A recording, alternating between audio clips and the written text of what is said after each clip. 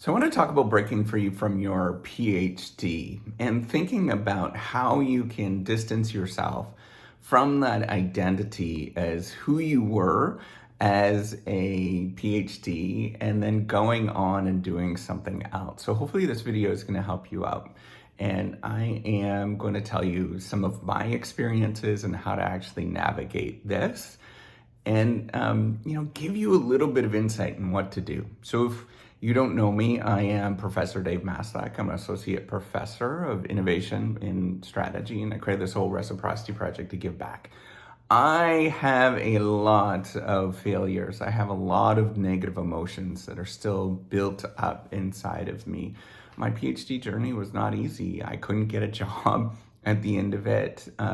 The whole journey was very, very rigorous and very tough. I was very much a talented individual that went into the career. You could look up my CV. It was very much like, near, not the top, but near the top of my class. Going into it, and then at the end of it, I felt like, man, I don't know who I am. I felt like so disoriented, and even today, I really feel like that. I feel so lost. I feel like I don't know what I'm about. I feel a lot of the negative baggage that you might have, all of these negative emotions, and how I deal with these negative emotions, because we get told we're not good enough. We get told. So here's like the really painful part. You will do everything correct. This is the thing that eats me up every single time. And when I start thinking about this, I'm like, damn it. You will do everything correct. Checkbox all of those things, and the market will say, so. The market will say, you're not good enough. And that happens all of the time. And it doesn't matter unless you're the very, very, very top of the market.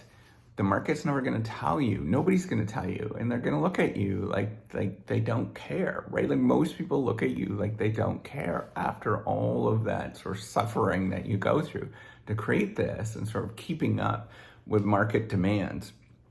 And this is how I actually deal with this.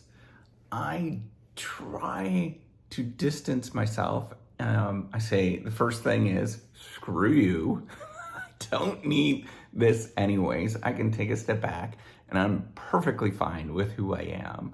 I try to create that inner calmness, that inner confidence, but then repeat and think about how I am a pretty amazing human being inside. And if I work on those things, right? If somebody says something that's doesn't really, resonate, I used to take that very, very strongly and get emotionally tied to it. I still do, right? But if I have that sort of screw you attitude, that you are dealing with something, they're dealing with something and processing things that I cannot heal. I cannot get to that. They have all of these anxieties, and there's no amount of anything that I can do to make them feel better. And I go into this automatic zone where I'm just like, all right, I'm happy. I'm gonna put on what my mom used to call as my downtown smile, and I'm just gonna go and do my thing. And then I'm going to work on who I am inside and realize that I'm a good person, and I'm gonna get up and I'm gonna do my thing that makes me healthy and happy and makes me feel like I am okay. So those things are normal functioning things that people do in society today. That is having a nice dinner with my family. That is going for walks or getting exercise, those simple things. All of those things, and I think about how ridiculous that the market sort of says that stuff is wrong, right? Like you're wasting your time if you're having dinner with your family. Wow, like how bizarro is that? Or you're wasting your time to go get some exercise, whether it's through the day or in the morning or whatever. All of those things are normal functioning human being things to do. And those are really good, healthy things to do. And you should mimic somebody in your life that you think is very stable, that is somebody that kind of has things working for them, and see how they sort of manage all of this stuff that's going on. You'll realize if you mimic those people that you think are professionally successful, you realize that they're really not doing that well inside. They have a lot of stuff that they're dealing with that they can't process, and they're kind of on this wheel of trying to process things. But if you look for people that have that sort of stability inside, that they're able to stand up and say, I'm going to be a good, decent person no matter what happens to me. And that is really hard to do. And there's moments where I can't do that. I struggle with it all the time. And I very much need to take a step back. And then I regret sometimes I do things or say things.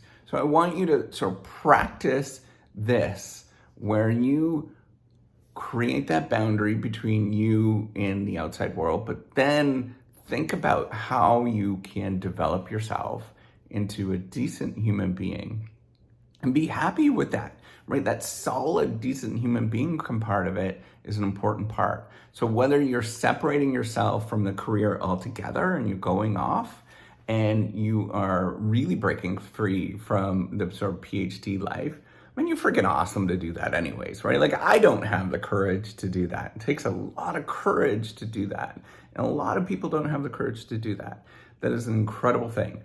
Now, or you're sort of dealing with the academic sort of stress of the market and all of that kind of stuff. Just break free and say, hey, I'm perfectly good with who I am. I'm a decent human being, and I'm going to keep doing that no matter what people tell me. And then I'm going to let the world figure itself out. And I know that's a hard thing for all of us to sort of process and think about, but that is important for us as human beings to function, to get up, and to do the things that you need to do as a human being so that you love yourself and you love other people, and then you can have a happy life. That's it. All right, take care and have a wonderful day. Bye.